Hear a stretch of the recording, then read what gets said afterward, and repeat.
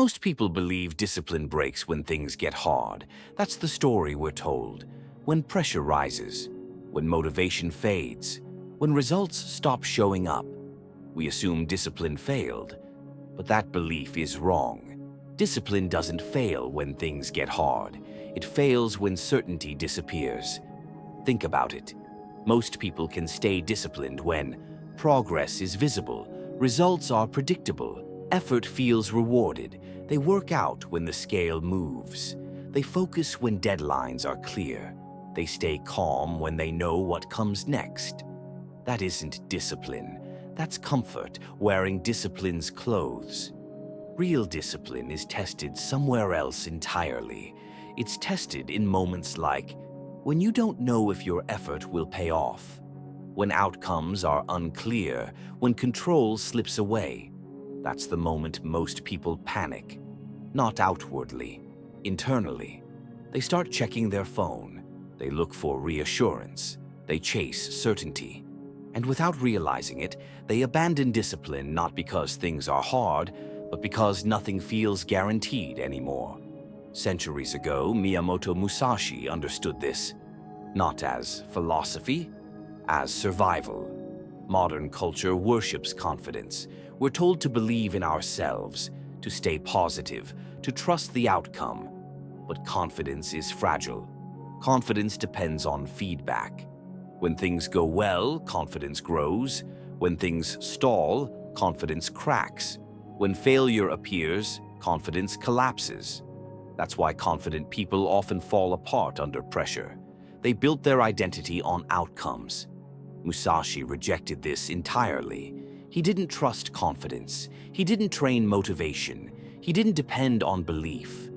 Because in real combat, confidence is useless. Battles don't care what you believe.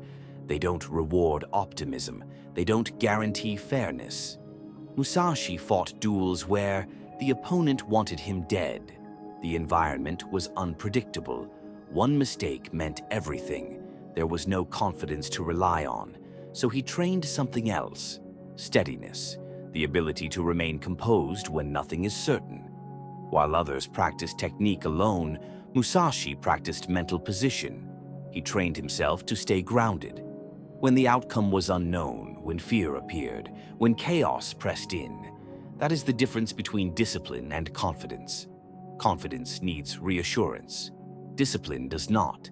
There is a specific moment where most people break. It's not when things get painful. It's not when effort is required. It's when the mind asks, "What if this doesn't work?"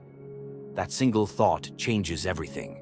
The body tightens, attention scatters, impulse takes over. People call this stress, but it's not stress. It's uncertainty exposure. The mind wants certainty the way the body wants oxygen. When certainty disappears, the mind looks for escape. That escape can look like distraction, overthinking, quitting early, switching paths.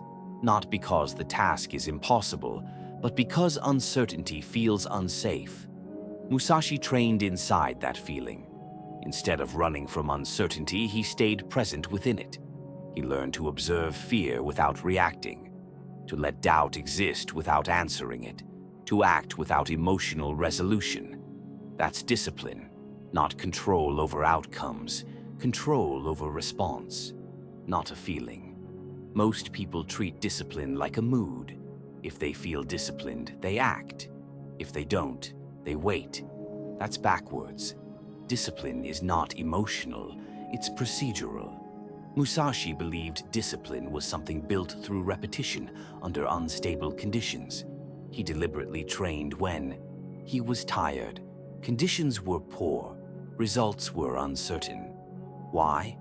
Because that's when discipline is forged. Anyone can act when things feel good. Few can act when nothing feels stable.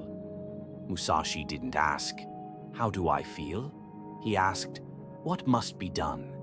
That question bypasses emotion. It grounds action. And it's the reason Musashi remained composed while others collapsed.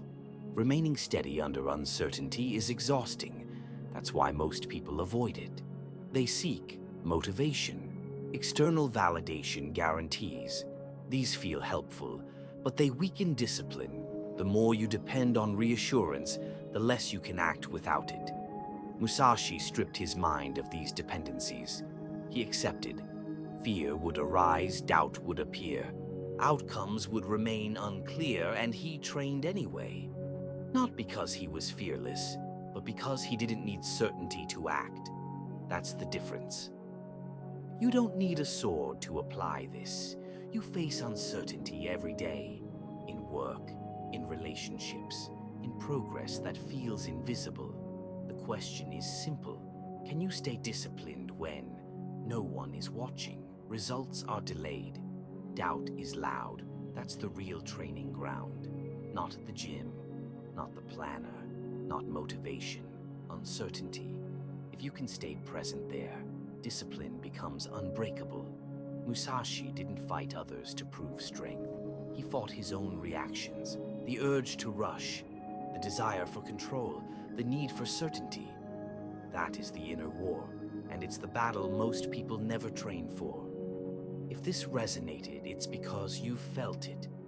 That moment when nothing feels guaranteed, when progress is unclear, when quitting feels easier than continuing. Musashi trained for that moment, not to win, but to remain steady. Because discipline isn't built in comfort, it's built when certainty disappears.